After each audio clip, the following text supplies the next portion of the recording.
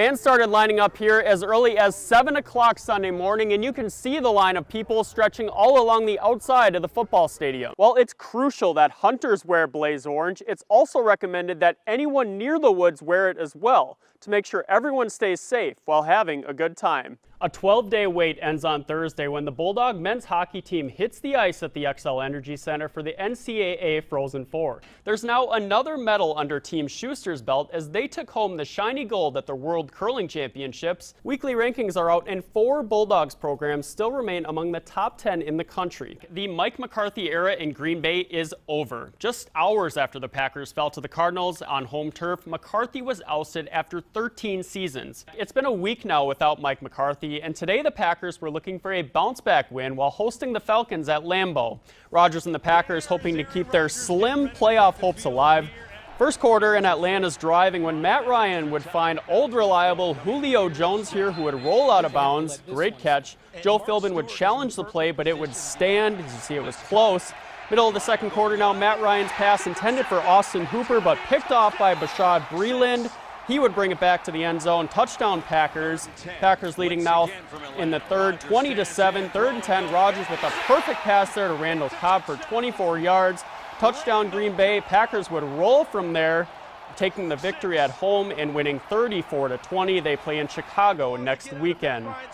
After a big win in the border battle against Green Bay, the Vikings started December with some confidence. They also started it with a tough 2-week stretch beginning today at New England. Vikings taking on the Patriots led by Tom Brady. The Patriots would strike first in the first quarter with this 1-yard run by James Devlin. In the second quarter, though, Vikes down 10-0 when Kirk Cousins finds Adam Thielen in the corner of the end zone for a 5-yard touchdown. Then it's Tom Brady in the third quarter finding Josh Gordon for a 24-yard touchdown. And the Patriots go on to win this game 24-10. After dropping their home opener, the Brewers look to bounce back and get their first Miller Park W on the season. 3-1 Crew hosting St. Louis. It didn't take long for the Cardinals to get on the board. They strike first with a leadoff home run from Dexter Fowler. In the third, it's Marcell Ozuna with a 2-run shot to left. Brewers get on the board in the 5th inning with an RBI single from Christian Yelich, and they come back to win in the 9th with a walk-off home run from Ryan Braun. The Brewers win 5-4. Not a lot of people have seen it before, so it would be cool to see it. It was perhaps a once-in-a-lifetime opportunity. How often do you get to see the Stanley Cup, and how often do you get to meet an NHL player with a Stanley Cup? But that's exactly what the community of Virginia was able to do on Sunday. Fans stood in line for hours waiting for the opportunity to meet Virginia native Matt Niskanen and see the iconic Stanley Cup. I told her as soon as the Caps won the Stanley Cup, I was like, we're going to Virginia whenever Niskanen brings it. Fans started lining up here as early as 7 o'clock Sunday morning, and you can see the line of people stretching all along the outside of the football stadium. For some, the opportunity was a dream come true. I'm such a big hockey fan. I've been playing for 15 years, so just being able to, see like Lord Stanley, I think that's just awesome. To see the Stanley Cup, to see, a Minnesota player, somebody kind of born and bred here, kind of brings it all together, brings it home. And for Niskanen, an opportunity to give back to the community that gave so much to him. This is home. I come back every year for a reason. Good people live here. I love to hunt and fish. There's no better place for that. And I grew up playing here. So to bring it right into this rink where I grew up playing, high school, and I actually started playing here when I was in Pee Wee. So special feeling right now being on this floor. And a chance to also inspire the younger generation. He started out as us, and he got better and better. We can be we can be it, we can have it too. We can do it. In Virginia, Ryan Juntti for Eyewitness News. It's the time a lot of deer hunters in Minnesota wait all year for. Well, I didn't sleep much last night, so.